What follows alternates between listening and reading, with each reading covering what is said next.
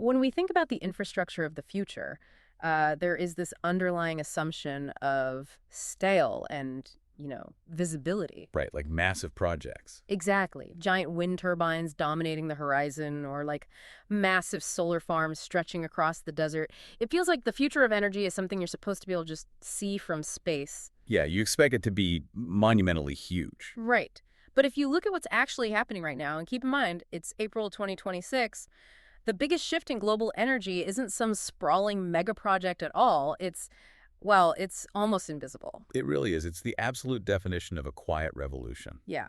And if you've been wondering how we are going to power, the next generation of massive AI data centers without completely melting down the power grid, the answer actually just booted up on a small island province in southern China. Which is fascinating because while the rest of the world has been super distracted by AI advancements or, dealing with grid overloads, China has just methodically completed the first major lap of the small modular reactor race, or SMRs as we call them. Right, the SMR race. And for today's deep dive, our mission is to unpack exactly how they did this and what it means for global energy and geopolitics. I was looking through a stack of sources for this, the latest market analysis from Goldman Sachs, reports from the World Nuclear Association, and some technical briefs from the Wilson Center. Oh, the timeline data in those reports is just staggering. It's wild. So let's jump right in. Set the scene for us in Hainan. What exactly is sitting at the Chengjiang nuclear power plant right now? So what's sitting there is the ACP-100, which commercially they call the Linglong one. It's a pressurized water reactor designed entirely by the China National Nuclear Corporation. Okay, got it. And the crazy part is it's just weeks away from commercial operation. Yeah. But the real breakthrough here isn't just the nuclear physics, it's the execution. Right, the speed of it all. Exactly. They poured the first concrete for this project in July 2021. Just 58 months later, they're moving into hot trials and commercial readiness. 58 months. I mean, it feels like for the last half century, building a nuclear power plant was like building an energy cathedral. Oh, absolutely. A bespoke monument. Yeah, exactly. You carve every stone on site. It takes literally decades, goes massively over budget, and everyone's just exhausted by the end of it. But reading through these technical briefings, the Linglong one sounds more like an energy appliance. Like they didn't really build it, they manufactured it. And that distinction, between a cathedral and an appliance, that's the entire premise of the SMR revolution. Instead of building this unique, sprawling facility in the mud of a construction site with parts from 100 different vendors— which is a logistical nightmare. Complete nightmare. Instead of doing that, you build the reactor modules in a controlled factory setting. You standardize every bolt, every valve, every control rod. Right, so it's uniform. Exactly. And then you put those finished modules on a truck or a barge, ship them to the site, and essentially just plug them in. But wait, I have to push back here. The West invented the assembly line, right? Mass production is basically supposed to be our defining industrial advantage. You'd think so, yeah. So if SMRs are basically factory-produced energy appliances, how is China literally operating one today while Western projects are stuck in, regulatory purgatory? I mean, in the U.S., Niscale was supposed to be the pioneer, but they canceled their flagship project back in 2023. Yeah, that was a huge blow to the industry. And then you look at GE Vernova in Canada, and they won't generate power until 2030 at the earliest. Rolls-Royce in the UK is targeting the mid-2030s. We should be dominating this space. Well, the bottleneck in the West isn't a lack of engineering talent. We have the tech. It's the financing and the regulatory structure. Western developers face this brutal chicken and egg scenario that analysts call the subscription crisis. The subscription crisis, how does that work? So to get the billions of dollars in private financing you need just to build the factory that makes the SMRs, you have to convince utility companies to sign contracts to buy power from a prototype. A prototype that doesn't even exist yet. Exactly. And power companies are notoriously risk-averse. They don't want to buy the first-of-a-kind model. They want to buy the 10th of a kind. Ah, so nobody wants to be the guinea pig. Right. And while Western companies spent a decade trying to persuade private investors to take that massive risk, China just bypassed the subscription crisis entirely. By using state-backed industrial policy, I assume? Exactly. They used a highly coordinated state-backed plan. They actually secured the International Atomic Energy Agency's safety certification for the Linglong one all the way back in 2016. Wow, 2016. So they've been laying the groundwork for a while. Yeah, that certification gave their domestic manufacturing base 10 clear years to align their supply chains, train up their welders, tool the factories, all without worrying about, quarterly earnings reports. Which brings up a really glaring question. China already has massive hydro dams. They have this huge coal fleet, and they're building traditional large-scale nuclear plants at a record pace right now. Nearly 50% of the global total of traditional reactors under construction are in China. Exactly. So if they already have all that heavy infrastructure, why the sudden, aggressive sprint for these mini reactors? The answer is the demand crunch, and it is hitting grids globally, not just in China. You're probably familiar with the duck curve in renewable energy, right? Oh, yeah, where solar floods the grid in the middle of the day, but then the sun goes down just as everyone gets home, turns on their appliances, and plugs in their electric vehicles. Right. The grid suddenly gasps for power right when solar drops off. Wind and solar are intermittent, which is fine for some things, but our modern economy doesn't sleep. Especially not with AI. Exactly. The explosive growth of AI data centers, the electrification of industrial manufacturing, the huge surge in EVs, they all require 247 unwavering, what we call firm baseload power. And historically, trying to fill that massive gap with traditional nuclear has triggered something the Harvard Kennedy School analysts call the cost curse. Yes, the cost curse. Because globally, the more nuclear capacity you try to build, the more expensive and delayed it gets, just because of the sheer complexity of managing those mega projects. Right, but SMRs break the cost curse entirely. They trade economies of scale, which is building one massive reactor for economies of unit production. Meaning you just build hundreds of identical smaller ones? Exactly. The learning curve happens in the factory, not on a muddy construction site. By the time you build the 20th module, your production costs have absolutely plummeted. And China is proving that this theoretical economic model actually works in practice. I do have to challenge you on the scale here, though. Let's bring the listener into this. Yeah. If you are a tech giant right now and you're trying to power a massive AI server farm, you can't really wait around. Now, the Linglong one generates 125 megawatts of electricity, which is enough for maybe 500,000 households. Which sounds like a lot, but for industry... Right. An AI data center could chew through 125 megawatts before breakfast. A single sprawling data center complex can demand a full gigawatt of power. So if these reactors are so tiny, do they actually make a dent in the global power grid, or are they just like a neat technological parlor trick? It's definitely not a parlor trick, mostly because you rarely deploy just one SMR. They aren't meant to replace the giant 1,000-megawatt traditional reactors. They open up entirely new logistical markets. Okay, how so? Let's say you need 500 megawatts for your new data center. Yeah. You don't try to go out and build a massive custom plant.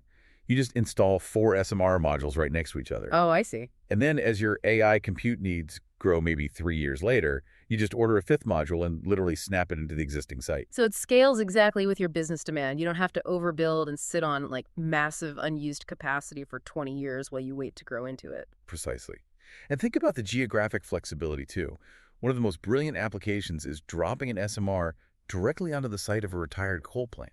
Oh, wow. Because the transmission lines and the grid connections are already wired right to that exact spot. You save billions on infrastructure. Exactly. You utilize the existing grid infrastructure, the existing cooling water sources, and even the existing workforce. Yeah. Just transitioning them from coal to nuclear. That's incredibly efficient. And it goes beyond that. You can power remote, off-grid mining operations where building long-distance transmission lines is basically impossible. You can even use the excess thermal heat generated by the SMR to run seawater desalination plants. So a fleet of them strung together provides this massive flexible power without the financial ruin of a delayed mega project. Right. But, every solution introduces a new problem. If we run with the idea that SMRs are these convenient new energy appliances, then uranium is the battery. Oh, yes. The fuel bottleneck. Yeah, and looking at the commodities markets, the supply chain for that battery is flashing red right now. The industry is absolutely terrified of this bottleneck. There is this pervasive myth out there that because small modular reactors are physically small, they must be incredibly fuel efficient. Right, like a compact car gets better gas mileage than an SUV. Exactly. But the physics of the reactor core dictate otherwise. Because the core is so compact, you physically can't pack as much raw material in there, but you still want the reactor to run for years without having to shut it down to refuel it.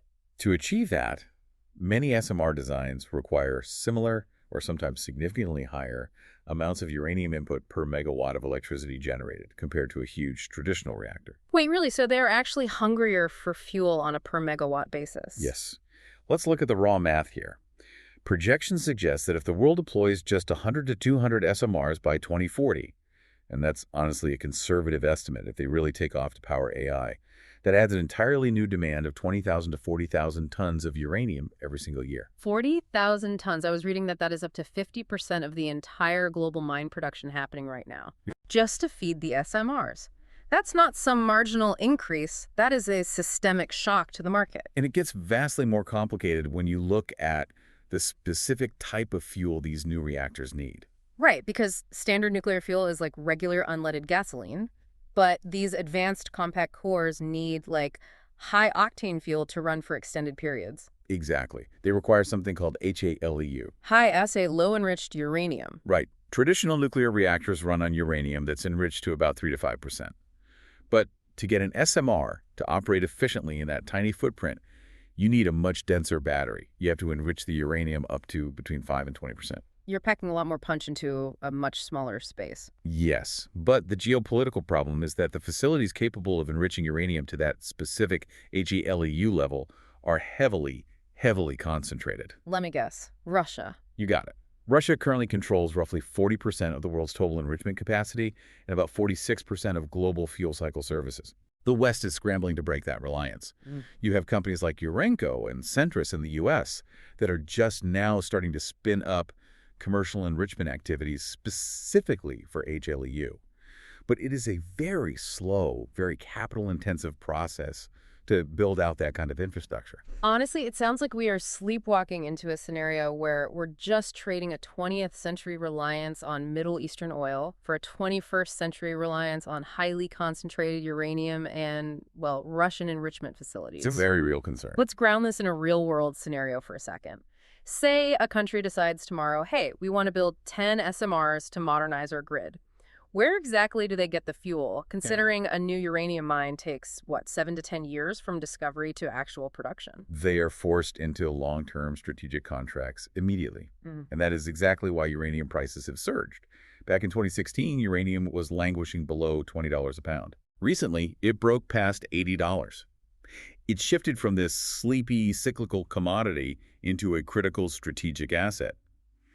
Because you cannot simply buy an SMR and figure out the fuel supply later. You have to prove you can turn it on. Right. To even secure the initial financing to pour the concrete, a developer has to prove they have a guaranteed fuel supply contract signed for the next decade. So the demand shock isn't waiting for the reactors to come online in 2035 or whenever. The demand shock is hitting the commodities market today as everyone tries to lock in their future supply. Which perfectly positions China's next massive strategic move. They have a working SMR today, and they have been aggressively securing global fuel supply chains behind the scenes. The Linglong one isn't just a domestic grid solution for them. It is a massive geopolitical export play. Ah, the nuclear dragon going abroad. Looking at the Wilson Center analysis, the ACP-100 was explicitly designed as an export product, right? Yes, explicitly. China's goal is to sell 30 of these reactors to Belt and Road Initiative countries by 2030, capturing something like a 20 to 30% global market share.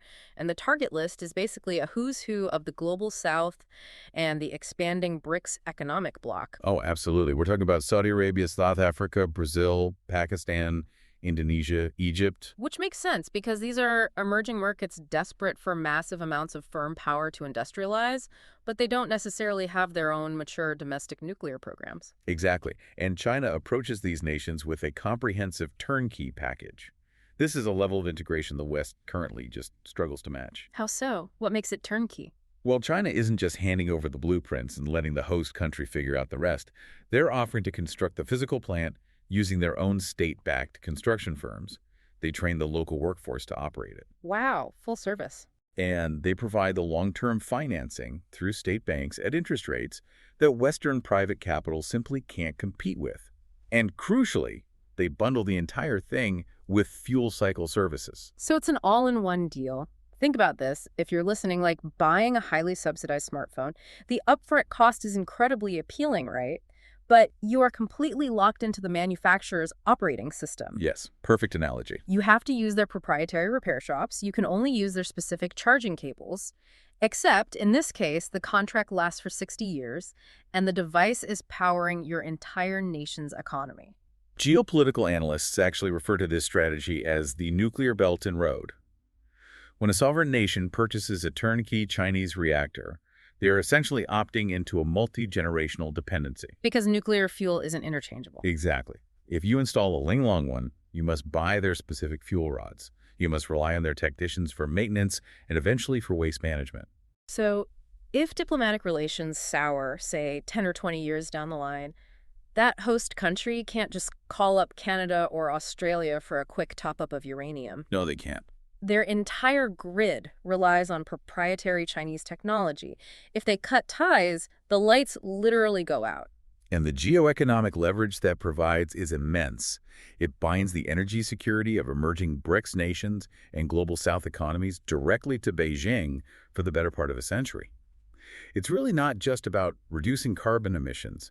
It's about embedding influence deeply into the foundational infrastructure of the developing world. And Western nations are acutely aware of this vulnerability. I mean, the US and the UK recently formed the Atlantic Partnership for Advanced Nuclear Energy to try and offer an alternative to the developing world. Right, they want to provide Western SMR tech and financing. But the problem is, let's be real here, they are walking into these high-stakes diplomatic negotiations with polished PowerPoint presentations, some nice blueprints, and promises of delivery by, 2032. While China walks into that exact same negotiating room, and they don't need a PowerPoint at all. Because they have the concrete. They can point to an actual, commercially operating small modular reactor on Hainan Island. They can invite foreign energy ministers to walk the factory floor. They can literally point to the concrete and say, look at the thermal output data. Look at the construction timeline. It works. We can start digging in your country tomorrow. Wow. In international diplomacy, having a physical, operational asset is just an unbelievable advantage over a theoretical promise. It totally changes the entire center of gravity in global energy infrastructure. So let's kind of look at the totality of what we've covered today. The Linglong one has proven that small modular reactors are not just some distant science fiction concept anymore. No, they are here today. They are a physical reality rolling off an assembly line. This manufacturing approach breaks the traditional cost curse of nuclear energy, providing a viable path to power the explosive growth of AI and heavy industrialization. While circumventing Western regulatory hurdles. Exactly. But it also triggers a massive incoming squeeze on global uranium supplies, as these denser energy appliances demand specialized HALEU fuel years in advance.